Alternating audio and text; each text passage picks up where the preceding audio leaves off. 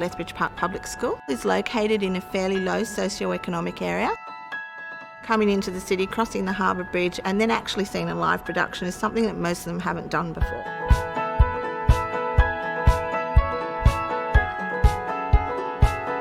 The Opera House is a public building for everyone. We are incredibly relevant to young people in the 21st century and take our part in their learning really seriously. We've brought the students here today to see a production at the Sydney Opera House of The Billionaire Boy, which is a book that they've been studying at school.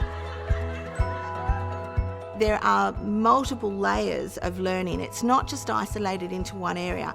It crosses all areas of the curriculum. This is not something that they've just seen on television. They're actually now part of it, and that barrier of, oh, I really can't go there, is totally broken down. My favourite thing about coming to the Opera House was seeing how big it was, because I've never actually seen it in person.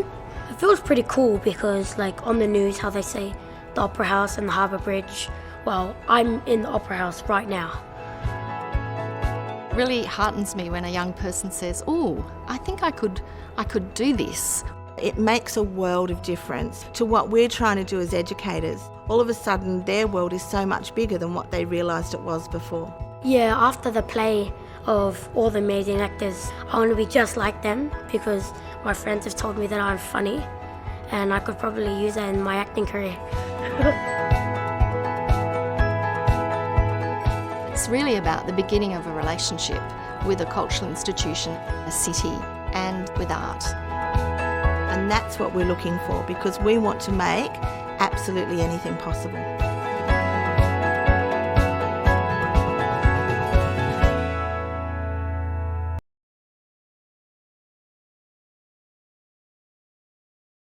Many kids grow up dreaming of being ballet dancers, but for children with disabilities that dream may be harder to reach. Now, for the first time, the Australian Ballet has taken up residency at the Sydney Opera House, offering educational workshops to children with disabilities.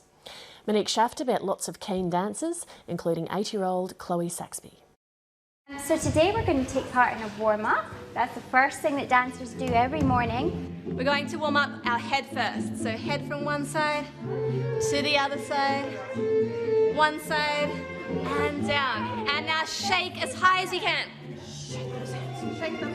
Shake the hands like that. And as low as you can. And shake them. Chloe had started dancing when she was 3 and she did her first dance lesson, and then the following week she could no longer stand up or walk on her own. So we went for a very long time with no dancing. Okay, we're going to shake our hands in front. And now see if you can stretch one arm behind you.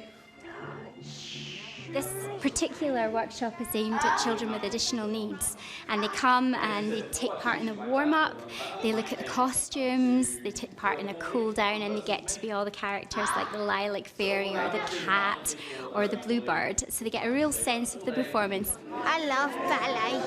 Really? I'm very good at it. So sit up again, let's take a breath, and out. So this is called dancer's posture, okay? We want to make our bodies as wide and as upright as we can when we're dancing so that we have enough breath. It's very important that we do a programme like this because it's very accessible. Many of these children have never been in theatre before. It's a very comfortable environment. They can make enough noise, as much noise as they want. They can move around, they can eat and things. So less formal than a theatre. And try to keep good posture while you do it. Have you been to the Opera House before? No, this is my first time. Really? Yeah. What do you think of it? Good and super big. Right, we can lift up and we can have a peek. Now you don't usually get to see underneath Aurora's tutu, but this is a special. So Chloe has vanishing white matter disease, which is an extremely rare brain disease. It affects only 7 in Australia and around 172 worldwide. Should we want to try it on your foot? Oh. Now I think your feet are a little bit. We can try it. With vanishing white matter disease, a bump to the head or a fever, temperature can can actually kill Chloe. Do you know what they're made of? The general life expectancy for kids with vanishing white matter disease is 5 to 10 years from the age of onset. So Chloe was diagnosed at 3.5. So yeah, we are in a race against time to save Chloe. And she's also got some flowers on there. It was very sad. Thank you. It means the world to us that Chloe can come and participate and do the things that other kids get to do. Would you like to try on the tiara first? Ah, it's actually the perfect size for your head. Well, it's extremely important, and it's very important in my role that we make the Opera House accessible to everyone, because the arts are so important, and these experiences can move people, they can change people's lives, they can give people a different perspective, it can bring down the boundaries, and it's so important that everyone can experience that.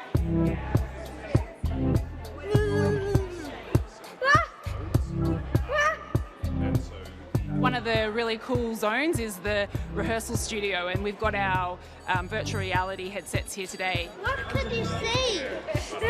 The stage? Yeah. Could I look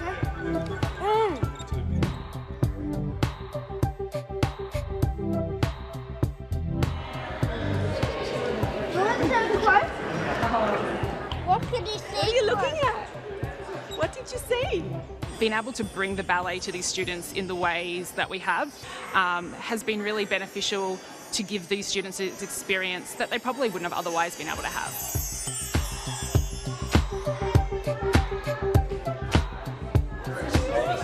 Yeah, you're a great lilac fairy, aren't you?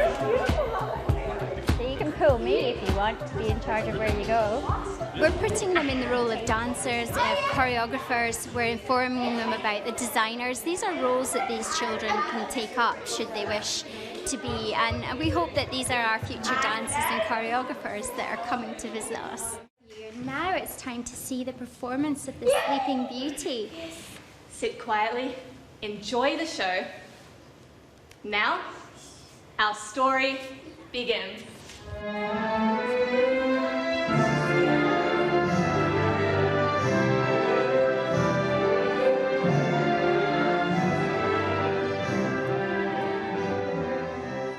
Every day is hard, but so days like this make it all worthwhile. Being able to come to the Opera House and be part of a production like that was amazing. It was amazing, wasn't it? Yeah.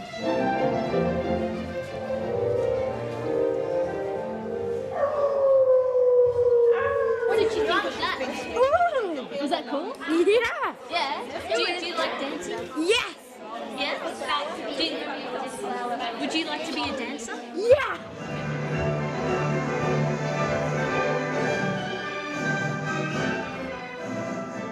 Chloe, how did you find today? Good. Yeah? Did you have fun?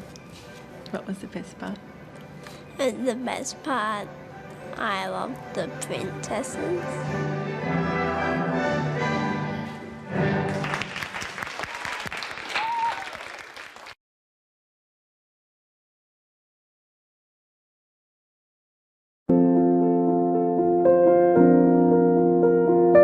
Since 2016, the Sydney Opera House Access Program has partnered with the Australian Ballet Education Unit to provide inclusive dance workshops and performances.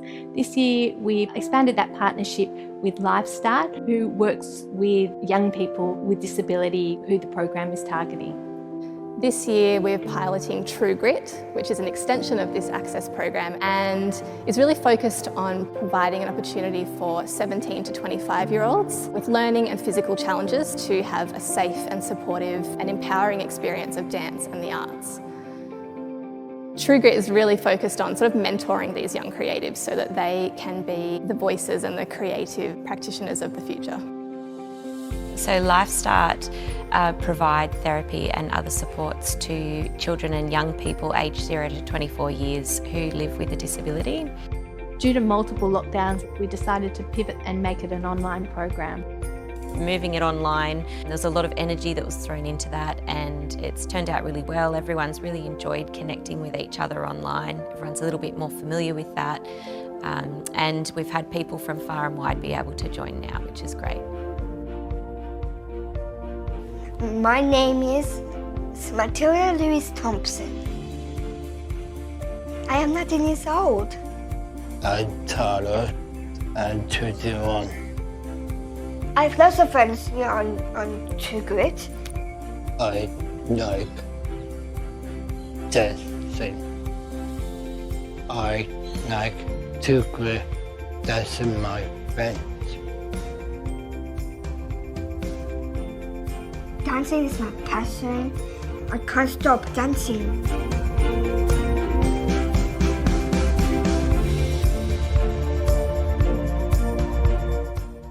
Dance has so many amazing benefits. It's, helps you to be physically active. It's a way of expressing yourself. The program's more than just dancing. It's an opportunity for like-minded people to come together, to form a great social connection and to be creative and just learn some new skills. We're really just here to provide support and inspiration. What we want to do really is empower these young people to be the voices and the creative practitioners of the future. I think everyone in the community should be able to experience the magic of what we have on offer.